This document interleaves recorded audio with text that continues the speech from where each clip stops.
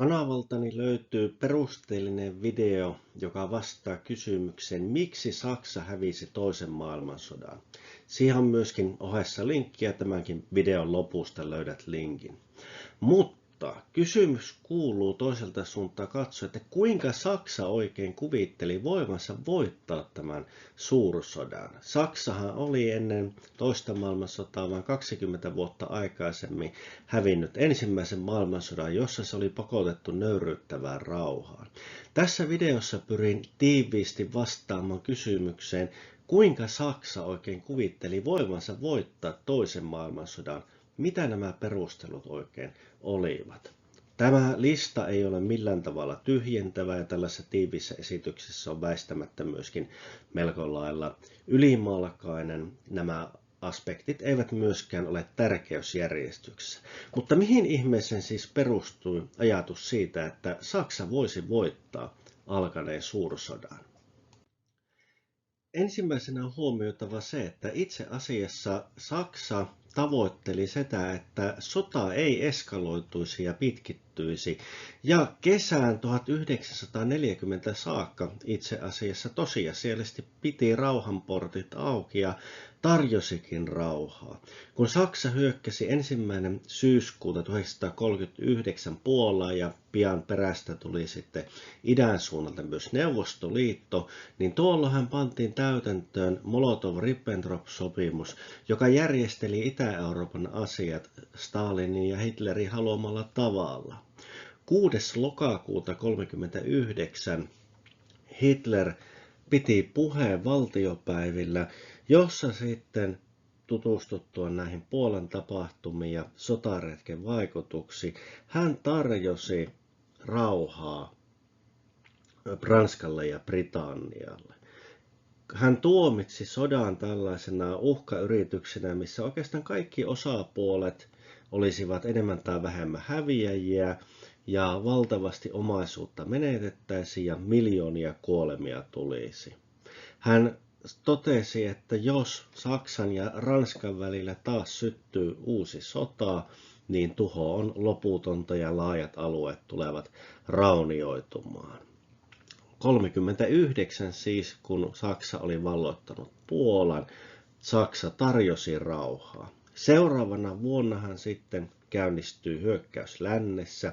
10. toukokuuta 1940 saksalaiset hyökkäävät Ranskaa vastaan ja vain 6 viikossa Ranska saadaan valloitettua. Tässäkin tilanteessa Saksa itse asiassa on valmis tarjoamaan Britannialle rauhaa. Dunkirkin tilanteessahan saksalaiset tosiasiallisesti antavat liittoutuneiden vetäytyä. 338 000 pääasiassa brittien ja Ranskan sotilasta pääsee Englannin kanaalin yli turvaan. Tämä operaatio oli menestys Britannialle, mutta myöskin osaltaan, jos nyt ei aivan hyvän tahdon ele Saksan suunnalta, niin Saksa ei kuitenkaan siihen keskittänyt sellaista voimaa, että nämä joukot olisi tuhottu. Laskelma osalta oli se, että jos sinne olisi satoja tuhansia ranskalaisia ja brittejä surmattu ja otettu vangiksi, niin rauhasta olisi ollut hankalaa keskustella. Niinpä kun Ranskan vastarinta sitten kesäkuun 25. päivä loppuu, niin tämän jälkeen vielä Saksa tarjoaa rauhaa. 19. heinäkuuta muutamia viikkoja taistelujen päättymisen jälkeen jälleen Saksan diktaattori vetoaa britteihin ja hän vetoaa terveeseen järkeen ja että vielä olisi sitten mahdollisuus siihen, että sota vältettäisiin Englannin ja Saksan välillä. Toisin sanoen Saksalla ei ollut sodassa sellaista tavoitetta, että se välttämättä johtaisi nyt absoluuttiseen voittoon ja kaikkien vastustajien lyömiseen, vaan heillä oli selkeästi toive siitä, että länsivaltojen kanssa voitaisiin sitten rauhasta neuvotella. Saksa oli tehnyt virhearvio siinä, että Ranska ja Britannia todellakin olivat valmiita menemään Puolan takia sotaan. Tämähän itse asiassa yllätti Berliinin. Ja sen jälkeen rauhantarjousta ei otettu vastaan, kun Puola romahti 5 viikossa, ja kun saksalaiset 6 viikossa valloittivat Ranskan, niin britit edelleenkin kieltäytyivät sitten rauhasta. Eli yksi syy oli se, että Saksa itse asiassa oli valmis järjestelemään asioita ilman sotaa länsivaltojen kanssa. Toinen seikka sitten kytkeytyi siihen, että Saksa oli tosiasiallisesti yhden miehen johtama diktatuuri, jolloin kaikki asiat ovat kiinni hyvin pitkälle siitä, että millainen arvostelukyky tällä johtajalla on. Ja kiistatta voidaan sanoa, että Saksan diktaattori Adolf Hitler teki virheitä ja yliarvioi Saksan voimaa ja kykyä. Itse asiassahan tiedämme sen, että kun Puolan valloituksen jälkeen annettiin määräys valmistella hyökkäys Ranskaan, niin Saksan asevoimien keskuudessa itse asiassa oli liikehdintää, että pitääkö tässä nyt tehdä sitten vallankaappaus, mutta se ei lähtenyt sitten yhtään etenemään, koska nähtiin, että diktaattorin asema on aivan liian vahva ja sotilaat eivät välttämättä sitten kenraalikuntaa edes seuraisi tällaisessa tilanteessa, kun maa oli jo käynyt yhden voittoisan sodan. Tosiaan yhdellä miehellä niin vankka asema, että tämän arvostelukyky ja tässä tapauksessa arvostelukyvyttömyys vaikuttivat merkittävällä tavalla. Toisaalta sitten Saksankin nämä rauhanhalut siinä vähenivät, kun Puola tosiaan valloitetaan 5 viikossa ja Ranska 6 viikossa, niin tämän jälkeen sitten natsivaltion kannatus sen kun vain vahvistuu, taas taustalla nämä ensimmäisen maailmansodan tappiot ja epäonnistumiset, kun vuosikausia oltiin taisteltu Ranskaa vastaan länsirintamalla, niin nyt sitten muutamassa viikossa hoidetaan homma. Saksalaiset olivat odottaneet, että Ranskan valloitus johtaisi noin 1 miljoonan sotilaan menetyksiin, mutta lopputulos oli se, että saksalaiset menettivät kaatuneina ja kadonneina noin 45 000 sotilasta ja 111 000 sotilasta haavoittui. Se vastasi 1/3 Verdunin taistelusta, yhdestä taistelusta ensimmäisessä maailmansodassa. Tämä voitto oli Saksan näkökulmasta sekä odottamattoman nopea, että myöskin aiheutti odottamattoman pienet tappiot sekä lisäsi sodan kannatusta kaikissa kansanryhmissä ja myöskin asevoimatkin alkoivat yhtymään näihin arvioihin, jotka osoittautuvat sitten loppujen lopuksi tietyltä osin virheelliseksi. Siis ylimielisyys, kun sotatoimet sujuvat hyvin, ja yhden miehen valta-asema olivat näitä syitä. Huomioarvoissa on myöskin se, että ylimielisyys sitten myöhemmin suhteessa Neuvostoliittoon kytkeytyy sitten näihin ideologian mukaisiin rotuoppeihin, että ei odotettu, että sieltä pystyttäisiin sitten sellaisen vastarintaan, mitä nähtiin. Kolmantena seikkana oli sitten se, että kun Saksa oli poistanut Puolan ja Ranskan yhtälöstä, sai laajoja alueita muutenkin haltuunsa, niin jäljellä oli lännessä vain ja ainoastaan Britannia. Britannia oli kieltäytynyt näistä rauhantarjouksista, mutta Saksa oli voimansa tunnossa ja hyökkäsi sitten Britanniaa vastaan heinäkuussa 1940 ja tästä alkoi niin sanottu taistelu Britanniasta, joka jatkui lokakuun loppuun, eli kesti noin reilu 3,5 kuukautta. Ja tässä Saksa sitten epäonnistui saavuttamaan tarvittavan ilmaherruuden, joka olisi mahdollistanut maihin nousun.